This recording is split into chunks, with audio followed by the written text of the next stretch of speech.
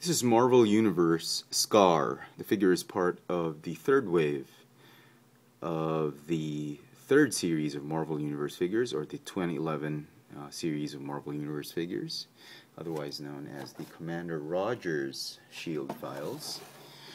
And here's a quick look at the packaging. Great artwork. Somebody tell me who did the artwork for the third wave.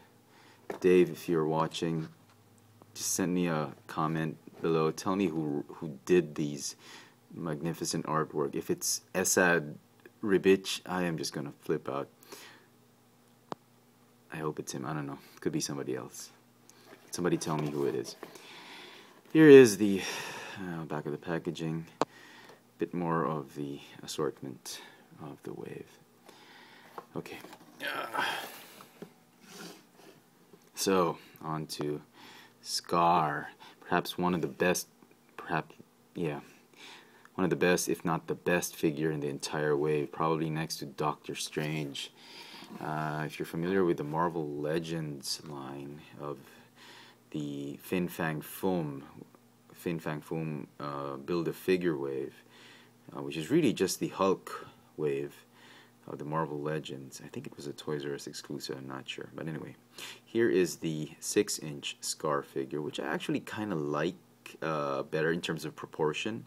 I like the detail of this new figure, but in terms of proportion, I kind of like the proportions of this figure much better, because he's less bulky, he's less beefy, he's just a lot more slender, which is how Skaar should be. So anyway, his green is a little bit off, but this one is a little bit dark. Not entirely sure which one is the more comic book accurate, but anyway, what can you do? So, very, very cool figure. Really like this one. Great use of this particular mold. It's a brand new mold with just some borrowed pieces from various figures here and there.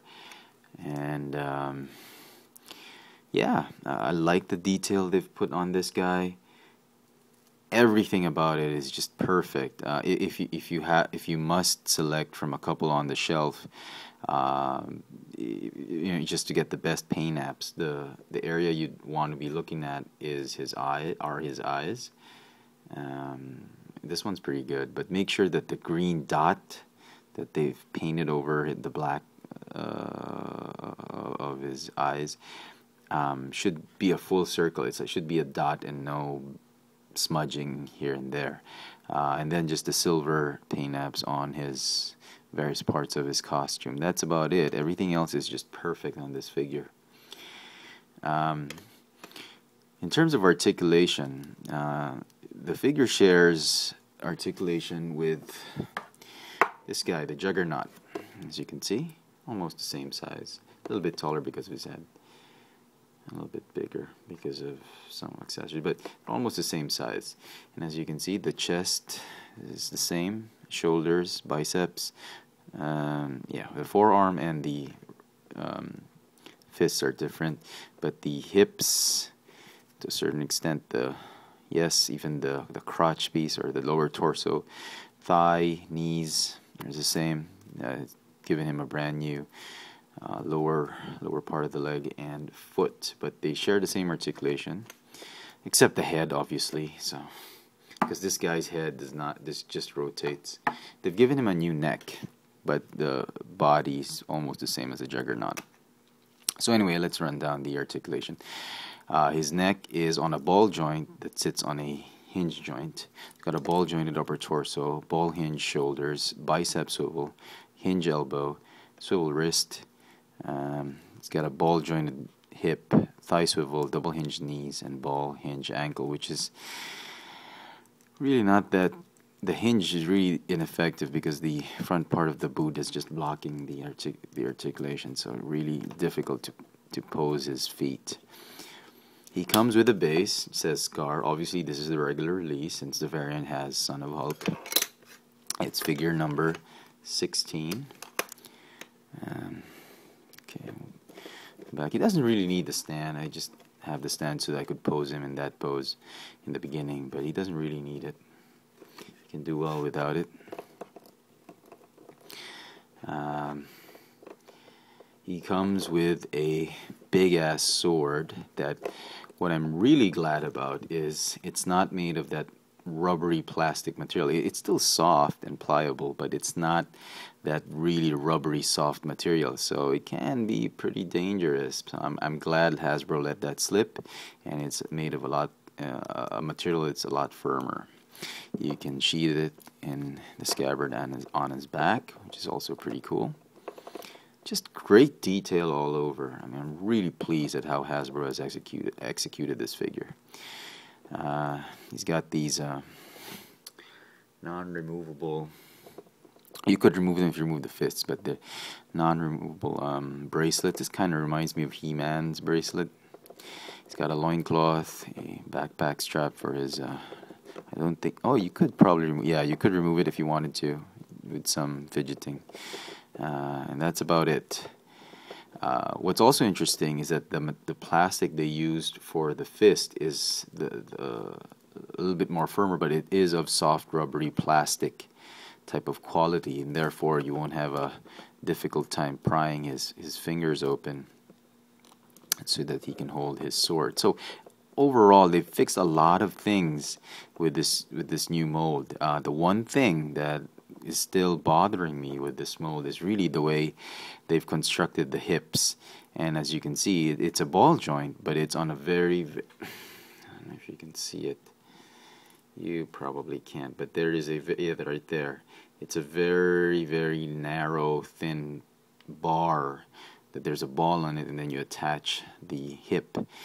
And it's not very firm. It's not very pliable. It's not very firm. And I'm kind of worried that the more you articulate his hips, one day that thing is going to snap. And I wish that for really bigger figures, Hasbro could just replace that with the stainless steel bar, or just make it thicker or something like that, just to reinforce that whole joint. Because as it is, I am very weary when I articulate this guy. I actually have to just carefully rotate the leg, and not like the other figures where you can just go and pose it. So that's probably the only thing that I'm concerned about this figure, but other than that, just a great figure. I don't really read the Skaar comics. Not a big fan of this character in particular. I don't hate him, I don't like him. It's just, I just don't know much about him, but the figure itself is great. So if you're really a Marvel Universe collector, you've got to pick this one up. But if you're a casual collector, you're just after your X-Men or your Avengers, then you can go ahead and skip this one. But for the amount of plastic that this one has, for the price, I mean, it's priced the same as any other Marvel Universe figure. You're really getting a lot of value for your money. And because I'm just too lazy to take his dad out of packaging, just putting everything back in, here he is with his dad. Almost the same. And same articulation and whatnot. They look really great together. I'm gonna put him back in packaging and hanging up on a wall with this guy. I guess he's just too cool to leave out in the shelf to gather dust. So anyway, there he is. It's a great figure. Again, as I said, for all you Marvel fans out there, you gotta pick up this figure, especially on retail. He's out there, I suppose, except in Manila. I still have issues with this. I mean, you know, I don't want to criticize the local supplier, but that's just the way things are over here. But where I'm sure in North America, this guy, you can find him everywhere by now. And yeah, compared to Doctor Strange, this guy is probably the second one picked up on the shelf. Doctor Strange goes first, and then this guy. I think I could be wrong. So anyway, there he is. It's a great figure, highly recommended. Not a lot of problems to it. Just really, really well done by the Hasbro team. 2 thumbs up for this figure, and congrats the Hasbro team that designed this figure. There you go, Marvel Universe Skaar. If you want to know my latest toy purchases and upcoming reviews, please follow me on Twitter at www.twitter.com/fxfranz. Thanks for watching.